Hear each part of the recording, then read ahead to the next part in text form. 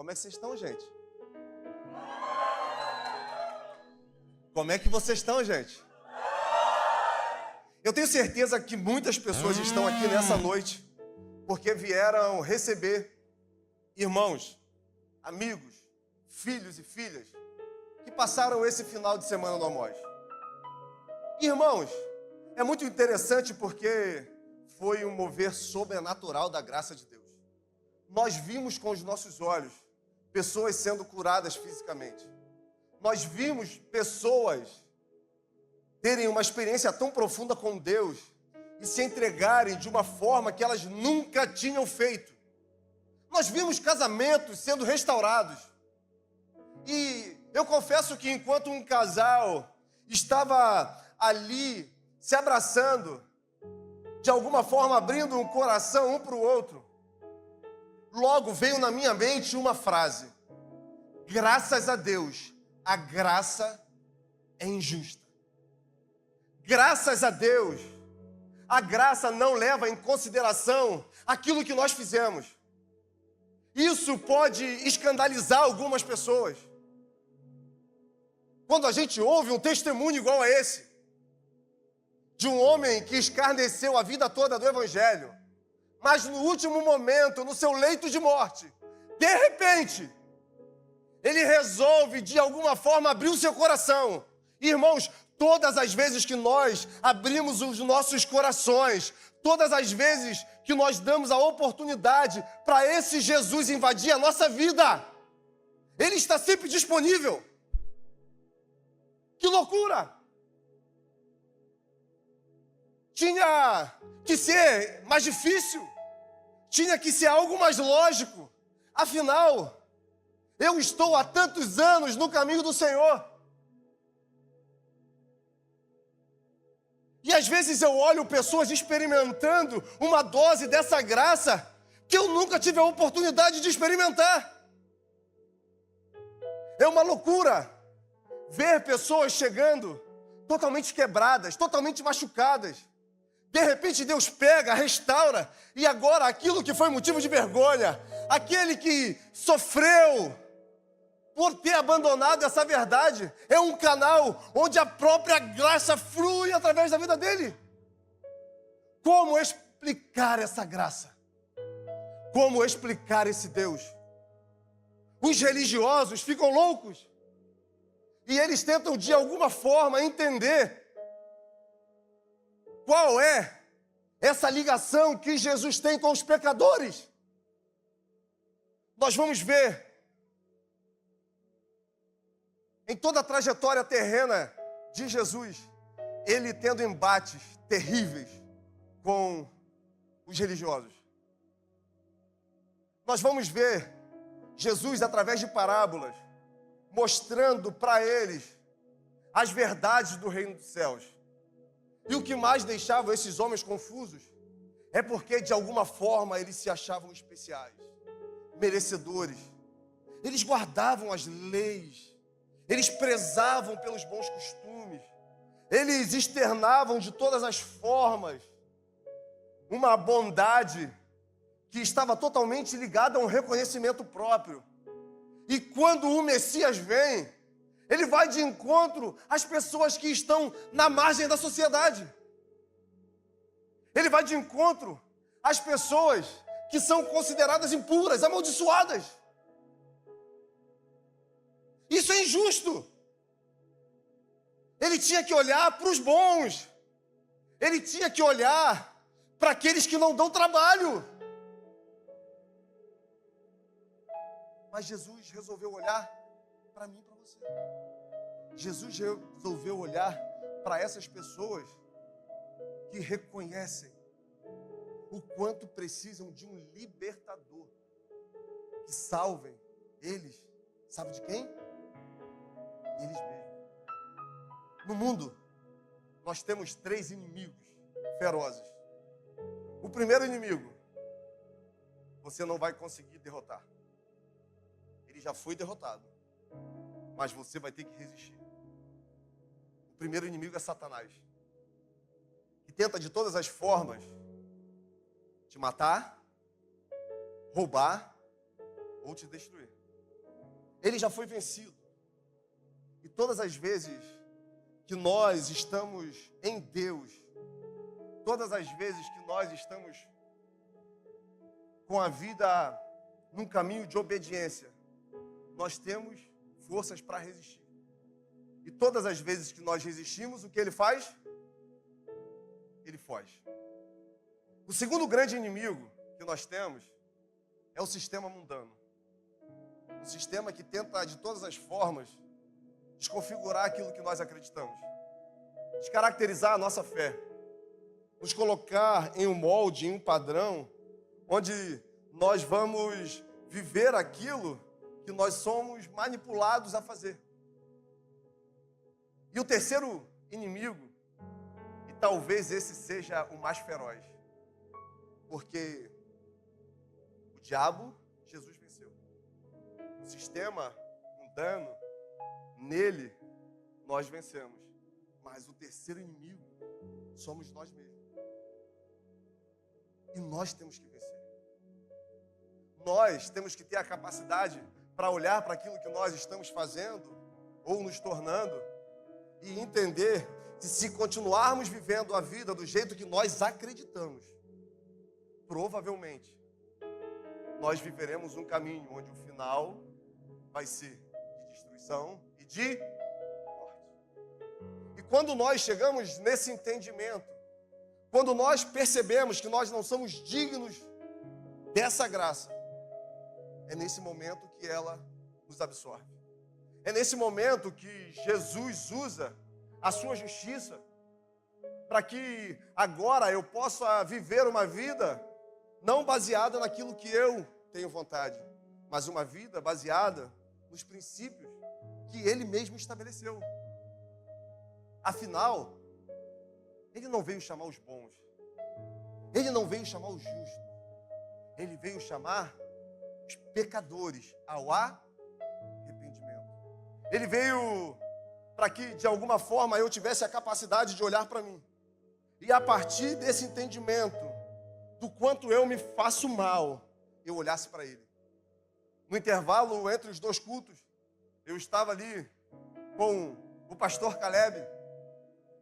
E de repente um jovem, ele subiu as escadas e veio na minha direção. Eu sabia que eu conhecia de vista. E eu olhei e falei, quanto tempo? Mas confesso que não reconhecia nem da onde e não lembrava o seu nome. Mas eu olhei para ele e reconheci. E falei, cara, quanto tempo? Ele, rapaz, é mesmo. Que legal ver o que Deus fez na sua vida. Estou visitando a igreja hoje.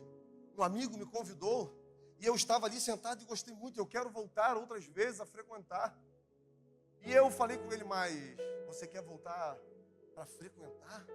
Ou você quer de alguma forma ter a sua vida restaurada? Porque você falou que já há algum tempo você está afastado. Ele, não, eu quero voltar para o Senhor. E ali nós fizemos uma oração de confissão. E ali nós tivemos um tempo. E ali ele teve a oportunidade de voltar para um lugar que ele nunca deveria ter saído. E vem imediatamente na nossa cabeça, meu Deus, ele fez tantas coisas, ele foi para tantos lugares, será que é tão simples? Será que é tão fácil? Porque eu primeiro quero consertar todas as coisas do lado de fora, para depois de alguma forma eu começar a viver esse evangelho, viver esse Jesus. Quando na verdade, o que Deus espera de você é que você reconheça o quanto precisa dele. E a partir desse entendimento, ele começa a, junto com você, organizar aquilo que está sem sentido do lado de fora. Nós achamos que vai ser sempre da nossa força. Nós achamos que vai ser sempre do nosso jeito, porque nós queremos ter o controle. Nós queremos direcionar a nossa vida e os caminhos que nós escolhemos. Mas uma vida em Deus, ela só faz sentido quando eu acredito nele o suficiente para lançar sobre ele tudo aquilo que eu estou sentindo, tudo aquilo que eu estou sonhando, tudo aquilo que de repente me faz mal.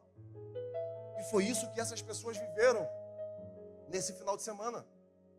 E quem sabe você, ao olhar para alguma dessas pessoas, se questione, Mas, meu Deus,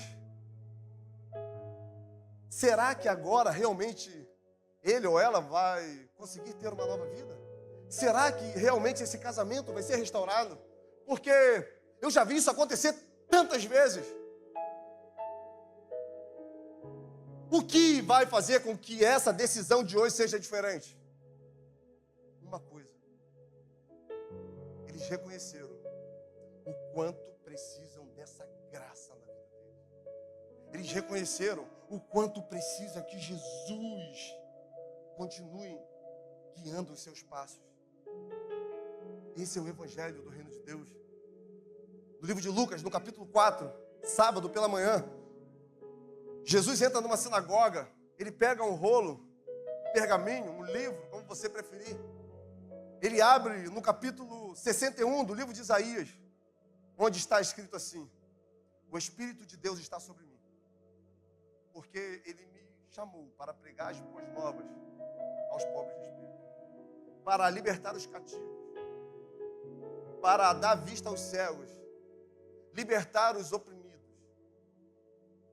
e anunciar o ano aceitável do Senhor. Jesus, ele tinha uma visão muito clara daquilo que ele iria fazer enquanto estivesse aqui na terra. E ele foi muito intencional em tudo que ele fez. E isso deixou os religiosos desesperados, porque de alguma forma eles conseguiam ver que as profecias se tornavam reais em Jesus. Eles conheciam todas as profecias e eles olhavam e percebiam que Jesus estava fazendo. Jesus estava ressuscitando mortos. Jesus estava curando leprosos. Jesus estava devolvendo a vista aos cegos. Tudo que foi profetizado se cumpria em Jesus. Mas por outro lado, olha as pessoas que Jesus anda. Jesus não se molda no meu senso religioso. E no livro de Lucas, no capítulo 15, nós vamos ver esse embate acontecer de uma forma muito violenta. E a palavra vai dizer que todos, a palavra fala, todos os publicanos, todos daquela região, e pecadores, estavam próximos a Jesus, ouvindo ele ensinar. Publicano eram os judeus que de alguma forma se aliançaram com Roma e se tornaram os cobradores de impostos. Pecadores eram as pessoas que resolveram não mais viver segundo os padrões da lei. As prostitutas, os alcoólatras, os viciados. Dentro dessa classe entrava também aqueles que tinham alguma necessidade física especial. Então esses eram considerados pecadores. E Jesus está cercado dessa gente. E eles começam a se questionar. Por que Jesus está andando com eles? Por que Jesus está ensinando a eles? Por que Jesus toca no leproso, no amaldiçoado? Eles prezavam muito pela pureza. Eles prezavam muito em mostrar que eles seguiam todos os ritos do Antigo Testamento, os rituais de purificação. E tocar no leproso, tocar em alguém nessa condição, era considerado pecado. Só que Jesus não se preocupava com o que aqueles homens pensam. Jesus não se preocupa com o que os religiosos pensam. Jesus se preocupa com você. Jesus está preocupado se você entendeu o tamanho do amor dele por sua vida. Jesus está preocupado se você entendeu que existe um projeto lindo para você e esse projeto não foi abortado, mesmo que você tenha caminhado para muito longe, mesmo que você tenha feito escolhas erradas, mesmo que hoje você olha e não veja condições dessas coisas acontecerem. Jesus então resolve contar para aqueles homens 3 parábolas. A primeira, a parábola da ovelha perdida. E ele vai dizer que certo homem, um pastor, tinha 100 ovelhas. De repente, ele percebe que uma ovelha se perdeu. O que ele faz? Coloca 99 no aprisco e ele sai em direção a uma ovelha. O pasto é perigoso. O pasto era cercado de salteadores. Tinha encostas. Aquele pastor não se preocupou com o que poderia acontecer com a sua vida, mas ele resolve, mesmo tendo outras 99, ir atrás de uma. Revela para nós um Deus que olha para você de uma forma individual. Revela para nós um Deus que não trabalha em rebanho, mas que Ele te ama o suficiente para te reconhecer na sua individualidade. E por mais que hoje esteja essa igreja abarrotada de gente, Ele está olhando, sabe para quem? Para você. Ele está preocupado se você está no aprisco, se você está no lugar de segurança. E de repente esse pastor acha a ovelha. Ele pega essa ovelha, ele coloca ela sobre os seus ombros. Irmãos, se já era perigoso um homem caminhar, um homem estar naquele local sozinho, imagina agora com uma ovelha no colo. Imagina como ele seria presa muito mais fácil. Mas ele não se preocupou com a sua própria vida. Ele se preocupou com você. E quando ele chega no aprisco e coloca, Jesus vai dizer que uma linda festa acontece no céu quando um pecador é resgatado. E ele continua falando sobre uma mulher que tinha 10 dracmas.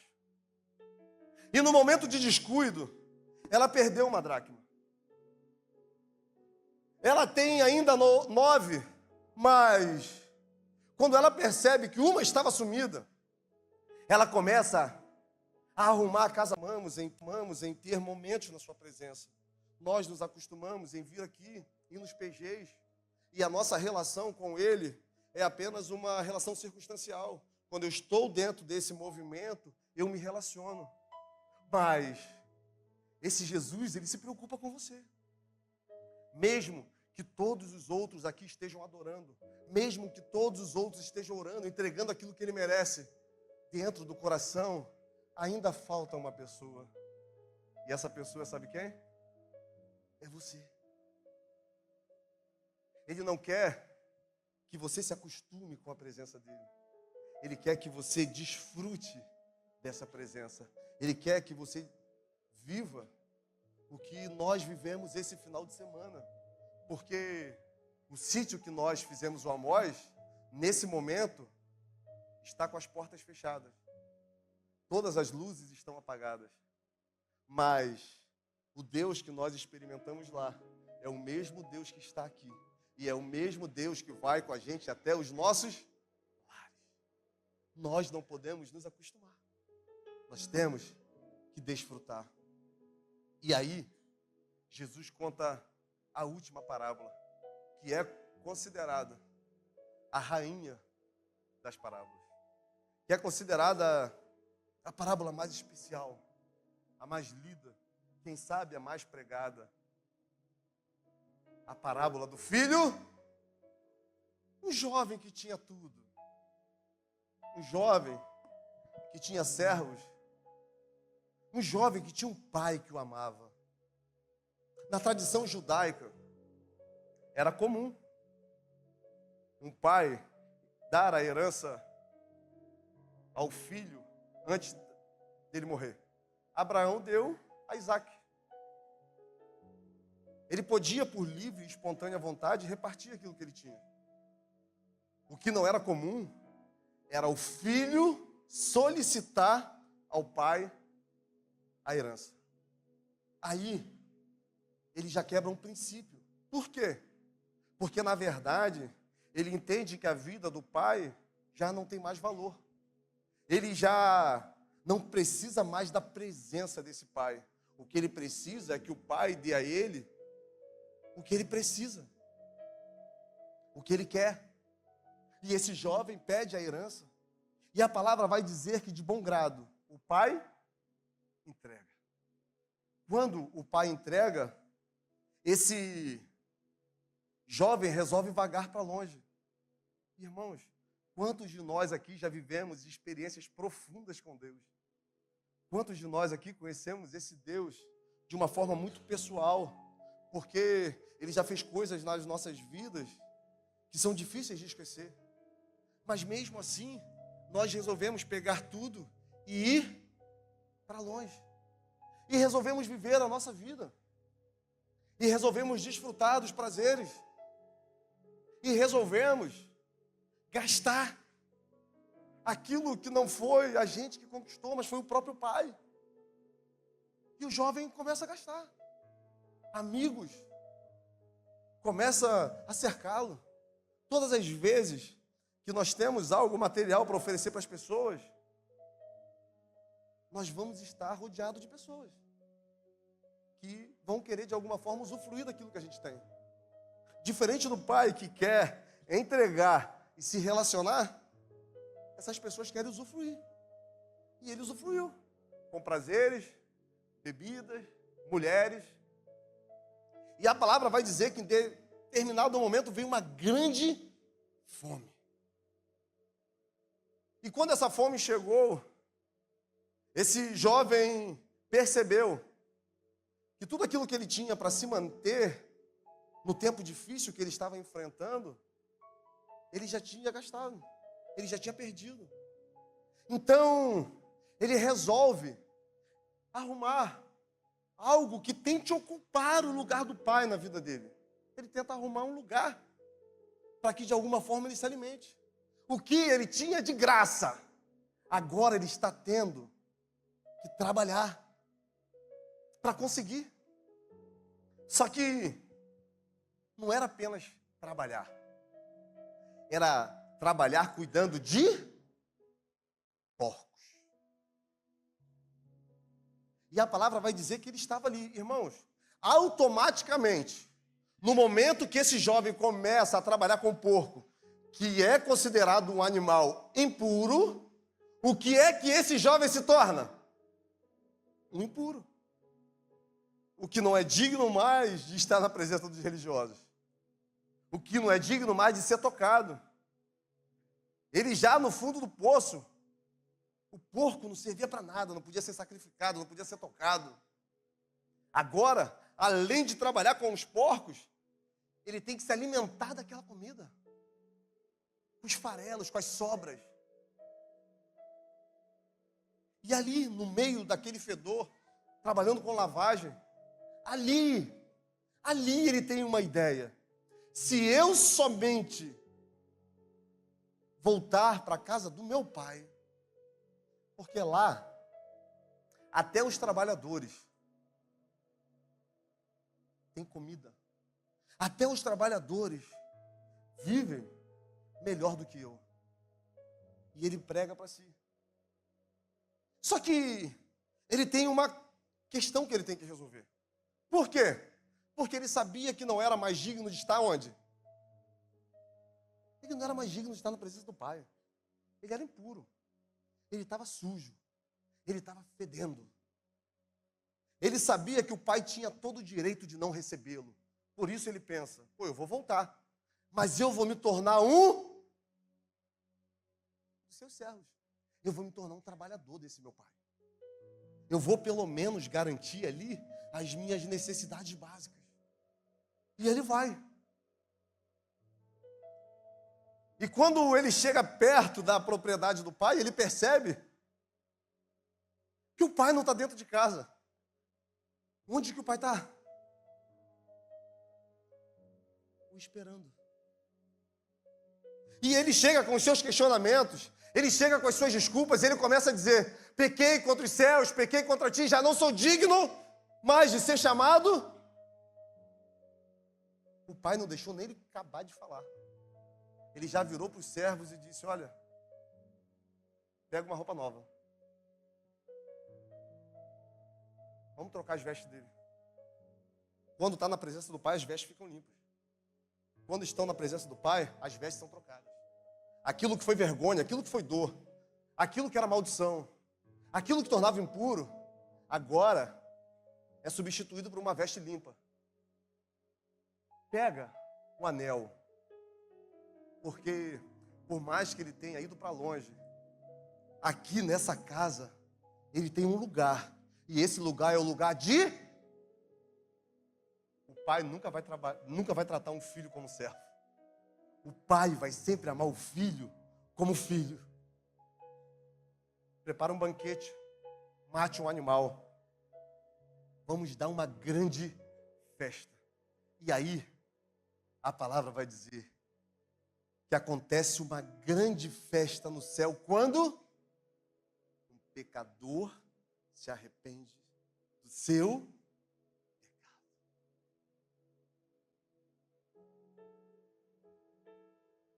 Aquele filho recebeu um decreto que ele não esperava, porque ele não conhecia o pai. Nós temos um Deus que é pai. Um pai que nos ama de uma forma tão violenta, tão intensa, que ele foi capaz de matar o seu único filho, para que nós pudéssemos novamente entrar na sua presença. Ele não imputou sobre nós o peso dos nossos pecados. Ele não levou em consideração as escolhas que nós fizemos. Talvez eu e você, se nós fôssemos escolher uma pessoa para andar com a gente, uma pessoa para ir na nossa casa, nós iríamos escolher alguém que tivesse de alguma forma algo para nos oferecer. Alguém que tivesse uma boa reputação. Quem sabe alguém que ao estar ao seu lado eu cresça. Afinal, eu sou a média das 5 pessoas que eu... Só que Deus nos ama o suficiente para querer a gente quando nós estamos no caos total. Para querer a gente quando a gente, mesmo tendo usado a nossa vida toda ao nosso bel prazer, de repente a gente olha para o céu e diz: eu não aguento mais a minha vida. Eu quero ter uma vida nova em ti. Isso é uma loucura. Isso é uma loucura. E eu tenho certeza que tem pessoas aqui nessa noite que o Pai tem tentado atrair de todas as formas para esse lugar. Deus tem falado profundamente aos corações. Nós conversamos lá no Amós, eu contei o meu testemunho. E eu falei, mesmo sendo criado em berço evangélico, e eu gosto muito dessa parábola, porque de alguma forma eu me vejo nela e me envergonho.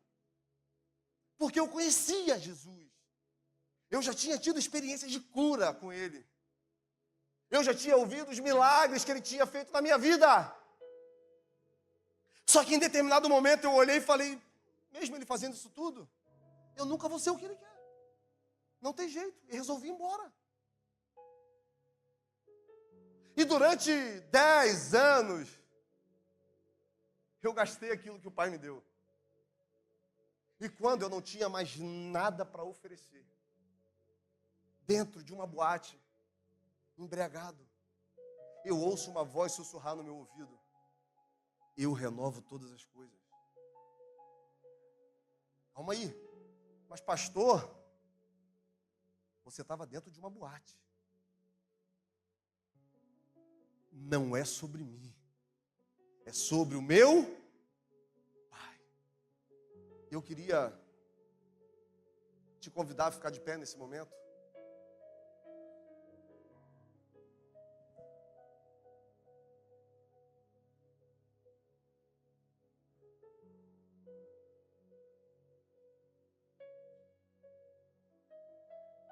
Talvez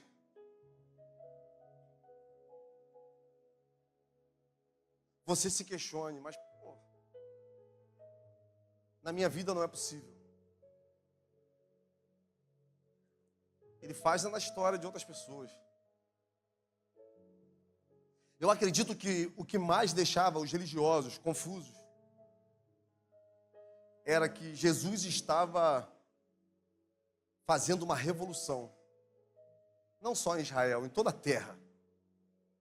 E as pessoas que ele chamou para que essa revolução acontecesse, as pessoas que ele revelou o reino dos céus, eram pessoas que no olhar dos religiosos não servia nem para limpar os seus sapatos. Eram pessoas que já tinham passado pela escola farisaica e não tinham aptidão, não tinham sabedoria, não tinham conhecimento nenhum. Eram pessoas que, enquanto Jesus fazia milagres, esses homens continuavam limpando as redes. Eram pessoas que, enquanto Jesus passava com diversos milagres acontecendo, ele continuava naquela coletoria cobrando impostos. Olha as pessoas que Jesus chamou. Olha as pessoas que mudaram junto com ele a história da humanidade. E hoje nós estamos aqui. Será que ele fez na vida de tantos homens? Será que ele fez na minha vida e não pode fazer na sua? Será que a partir de hoje você não pode viver uma nova história? Não limite o poder do seu Pai. Não limite a esse amor ao que você está vivendo. E, irmãos, nós vamos cantar uma canção. E eu queria muito fazer um convite a você. Você que sabe que de repente você é a ovelha que se perdeu. E o Pai está te chamando há muito tempo e você sabe. Você sente Ele te procurando, Ele falando no seu coração. Eu queria que você saísse do lugar e viesse aqui na frente. Quem sabe você é essa dracma que foi perdida, está perdido aqui dentro. Está perdido. Eu queria também que você saísse do seu lugar e viesse aqui na frente. Ou você é o filho pródigo. Você sabe que você foi para longe, mas você sabe que você precisa voltar. O Pai está aqui te esperando. Então, eu queria te convidar a sair do seu lugar e vir na direção do seu Pai, porque o Papai nos trouxe aqui para que o amor dele transborde na sua vida e restaure a sua história. O Ministério de Louvor vai estar ministrando. Eu quero te convidar a sair do lugar e vir aqui na frente. Sabe o que eu acho mais incrível dessa parábola? É o pai estar parado na porta.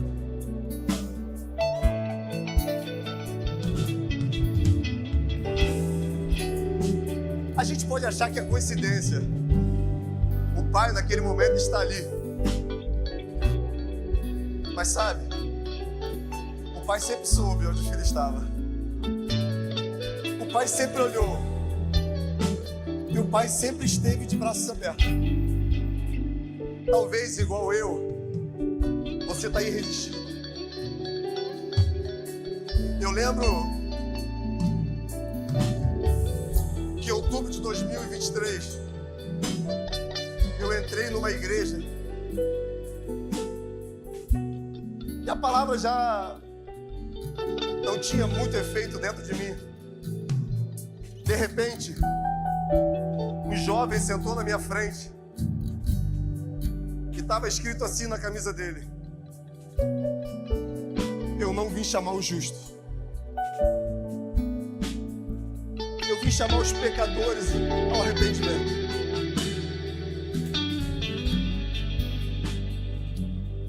Se você é essa pessoa que está resistindo, mais uma vez eu quero te fazer um convite.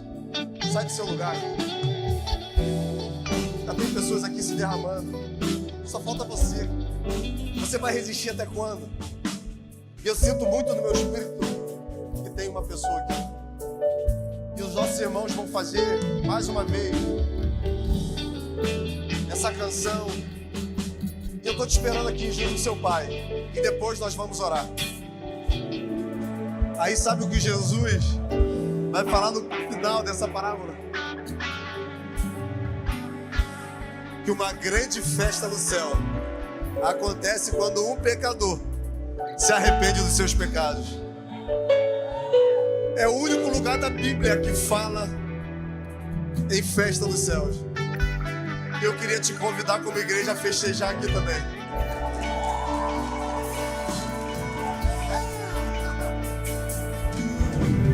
Aleluia. Nós vamos ter que encerrar, né? Mas vamos orar. Paizinho lindo, muito obrigado, Deus. Seus filhos e filhas voltaram para um lugar Não um lugar terreno, mas um lugar espiritual. Um lugar onde os medos vão embora. Um lugar onde nós somos restaurados. Anule, Pai, todos os decretos de Satanás sobre a vida dessas pessoas. Todos os decretos de morte. Todos os decretos, Pai, que porventura Satanás possa tentar usar para desviar os seus filhos desse caminho. Para que eles desistam, Pai, dessa nova caminhada. Venha fortalecer. Venha segurar nas mãos, Espírito Santo. Porque nós cremos que onde abundou o pecado, vai superabundar a graça de Deus. Não foi o Senhor, não foi nós que te escolhemos, mas o Senhor nos escolheu para sermos semelhantes ao seu Filho Jesus Cristo. E eu profetizo que esses jovens, esses homens e mulheres se tornarão imitadores de Jesus Cristo. Estenda suas mãos para frente. Com o amor de Deus, as doces consolações do Espírito Santo sejam com você, não só hoje, mas todos os dias da sua vida. Que onde você tocar as suas mãos, esse lugar prospere. Onde você pisar com a planta dos seus pés, o reino de Deus vá com você. Que os seus celeiros sejam sempre fartos e a bênção de Deus seja superabundante na sua vida. Você que pode, aplauda Jesus. Vai na paz e viva o melhor de Deus para a sua vida.